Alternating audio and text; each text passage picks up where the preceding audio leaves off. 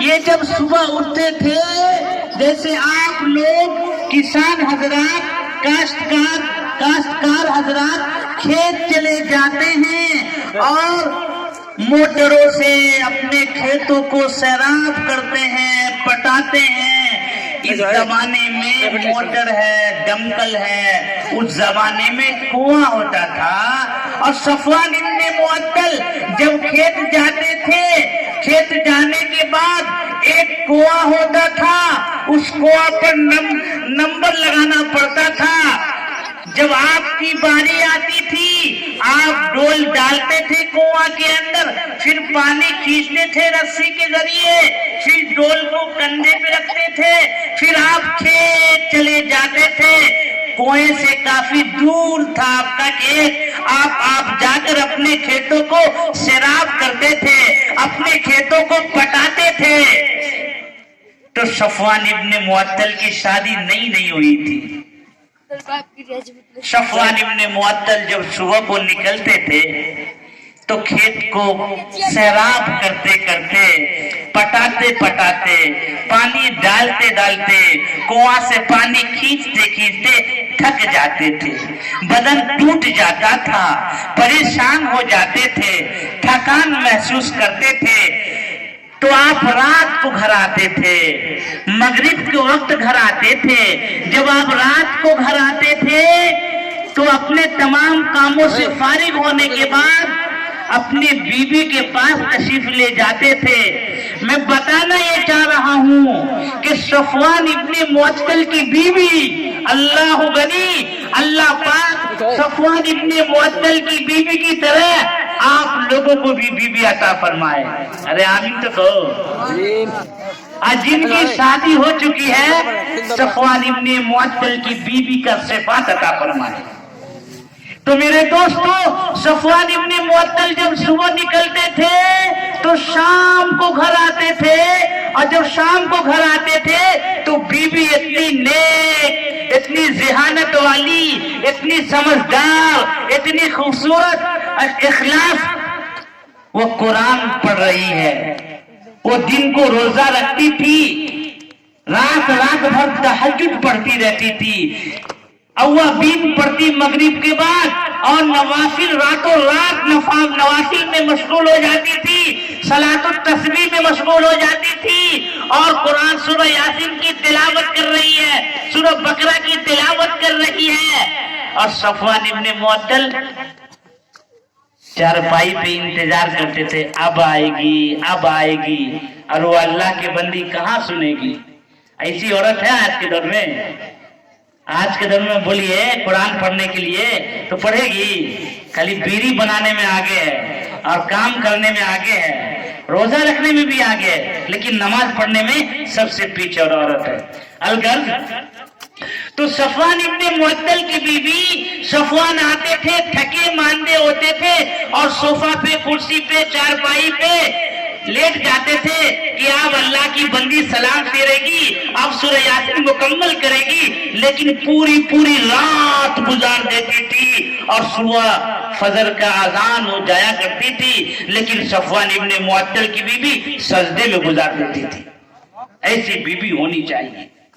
تو صفوان ابن معطل ایک دن ہوا، 2 دن ہوا، تیسرا دن جائے نماز سے بیوی کو اٹھایا اور چوکی پر لے کر چلے آئے۔ کہا اللہ کے بندی، میرا بھی تو حق ہے، آپ میرے نکاح میں آئی ہو، آپ تو روزانہ رات تلاوت کرتی رہتی ہو، اور دن میں نفل روزہ رکھتی ہو، مجھے موقع بھی نہیں ملتا ہے، میں صبح میں جاتا ہوں تو شام کو آتا ہوں، میرے پاس تو آؤ، میرا حق ہے۔ وہ بولتی تھی نہیں، اللہ کے پاس میں جاؤں گی، اللہ کی عبادت میں کروں گی، میں خدا سے مانگوں گی، اور تلاوت کلام اللہ کی تلاوت کروں گی، اور نفل نماز ادا کروں گی، لیکن اے صفوان، مجھے ضرورت خدا کی ہے۔ صفوان، جب میں خدا کے سامنے رہوں گی تو آپ مجھے اٹھا کر اپنے پاس مت لے جایا کرو۔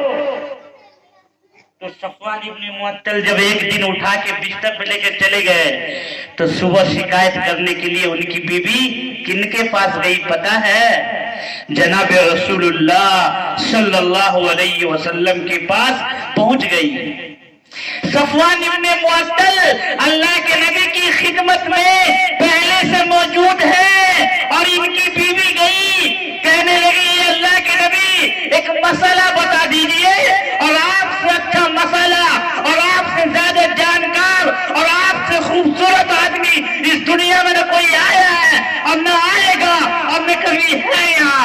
اے اللہ کے نبی, مسئلہ یہ ہے کہ ہمارے شوہر نامدار صفوان ابن معطل رات میں میرے ساتھ زبردستی کرتے ہیں. بیوی بھی تھی اچھی, ہمارے طرح نہیں. ہمارے گاؤں میں جو آج کی بیوی ہے پہلے گالی سے بات کرے گی اور بولے گی تو ایک باپ کا بیٹا طلاق دے کے دکھانا ہے, ابھی تو جیل میں پہنچا دے تو رہو, ایسا بولتی ہے. خیر ابھی میں ہنسی نہیں لگاؤں گا. القص صفوان ابن معطل اپنے سر کو نیچے کر لیے. دیکھیں جب شیرنی آ گئی ہے, جب شیرنی غصے میں آتی ہے تو شیر کو جھکنا پڑتا ہے. صفوان ابن معطل اپنے سر کو نیچے کر لیے, وہ بولتی گئی اور اللہ کے نبی سنتے گئے. اور ان کی بیوی کہنے لگی اے اللہ کے نبی, صفوان کبھی کبھی فجر کی نماز قضا کر دیتے ہیں, سورج طلوع ہو جاتا ہے, پھر صفوان ابن معطل اپنی نماز کو قضا کرتے ہیں. ایک شکایت. دوسری شکایت یہ ہے کہ میرے ساتھ زبردستی کرتے ہیں, لیکن اے اللہ کے نبی میرے شوہر بہت نیک ہے. جب ان کی بیوی شکایت کہہ کر چلی گئی تو اللہ کے نبی نے کہا یا صفوان کیا حال ہے, کیا یہ کہہ کر جو گئی ہے صحیح کہہ رہی ہے غلط؟ تو صفوان ابن معطل بھی کہنے لگے اے اللہ کے نبی میری بیوی ایسی اللہ نے دی ہے کہ اللہ سب کو ایسی بیوی عطا فرمائے, بہت اچھی, راتوں رات تہجد پڑھتی رہتی ہے, صلاۃ التسبیح پڑھتی رہتی ہے, قرآن کی تلاوت کرتی رہتی ہے. اے اللہ کے نبی لیکن نئی نئی شادی ہوئی ہے میری, اور میں صبح کو نکل جاتا ہوں اور شام کو جب گھر آتا ہوں تو یہ اللہ کی بندی جائے نماز پر ہوتی ہے, قرآن تلاوت کرتی رہتی ہے. اے اللہ کے نبی میں ٹیک لگا لگا کر نیند آ جاتی ہے, صبح ہو جاتی ہے, لیکن میرے پاس نہیں آتی, اور دن میں جب ان کے پاس جاتا ہوں تو نفل روزہ رکھتی. تو اللہ کے نبی نے ان کی بیوی کو بلایا اور کہا او دنیا کی عورتیں, جب بھی تم کو نفل نماز پڑھنی ہے, نفل روزہ رکھنا ہے تو اپنے شوہر سے اجازت لے کر, اس لیے کہ شوہر کا بہت بڑا حق ہے عورت پر. تو ان کی بیوی کو اللہ کے نبی نے بتایا, سمجھایا, پھر ان کو سمجھ میں آیا. لیکن آج سمجھانے کی ضرورت نہیں ہے, آج تو یہاں اجازت کا, کبھی روزے ہی نہیں رکھتی ہے, کبھی روزہ رکھ بھی لیتی ہے تو نماز ہی نہیں پڑھتی ہے. تو صفوان ابن معطل کی بیوی اتنی نیک, اتنی پاک باز, ذہانت والی, سمجھدار, لیکن آج کی بیوی کیسی ہے بتا دیں؟ ارے بولیے بتا دیں. آج کی بیوی تو ایسی ہے کہ بیچارہ ایک رامپور کا لڑکا شادی کیا, نیا نویلا تھا ہمارے طرح, جب شادی کیا تو ظاہر سی بات ہے جماعت کا لڑکا تھا, جماعتی جس کو بولتے ہم لوگ, جماعت تبلیغ میں کام کرنے والا. تو ان کی ایک خواہش تھی کہ اچھی لڑکی کو زندگی میں لانی ہے جو میرے گھر کے ماحول کو چینج کر دے. میری بہن ہے, میرے بھائی ہے, میرا گھر صحیح نہیں ہے. جب لڑکی پڑھی لکھی میرے گھر میں آئے گی تو ماحول چینج ہوگا کہ نہیں ہوگا, رہن سہن الگ ہوگا, کھانا بنانے کا طریقہ اچھی کو لائیں گے, اچھے سے رہیں گے, پڑھی لکھی ہونی چاہیے.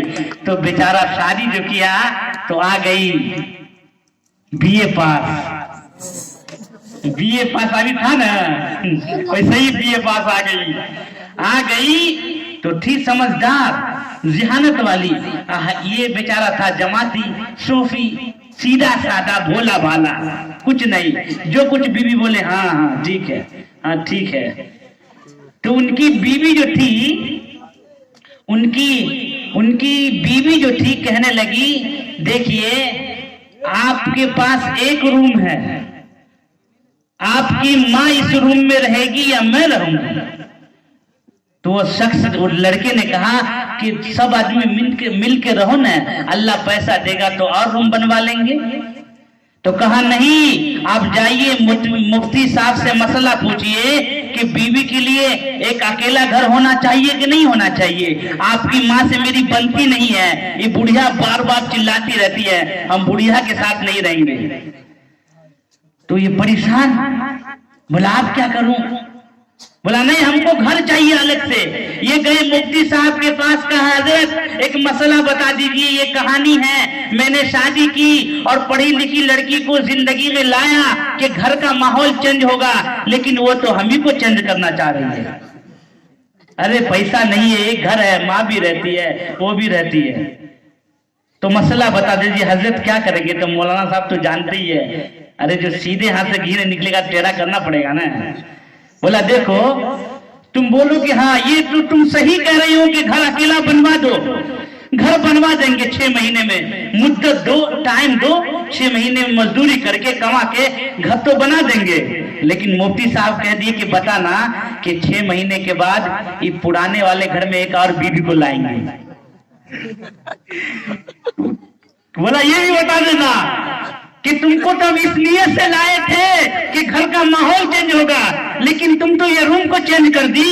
تو ہم کو مفتی صاحب بولے ہیں کہ ایک بیوی اور لے آؤ جو اس گھر میں رہے گی، تمہاری بات مانے گی، وہ یہ سب مسئلہ نہیں پوچھے گی۔ تو دیکھو میری پیاری بیوی، میں 6 مہینے بعد نکاح کر لوں گا، لڑکی ڈھونڈ رہا ہوں۔ بولی کاہے لے نکاح کیجیے گا، ہمارے اندر کوئی کمی ہے؟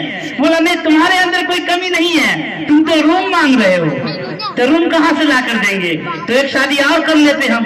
بولا نہیں کیجیے، ایک ہی روم میں رہیں گے، کاہے لے شادی کیجیے گا، وہی روم ٹھیک ہے۔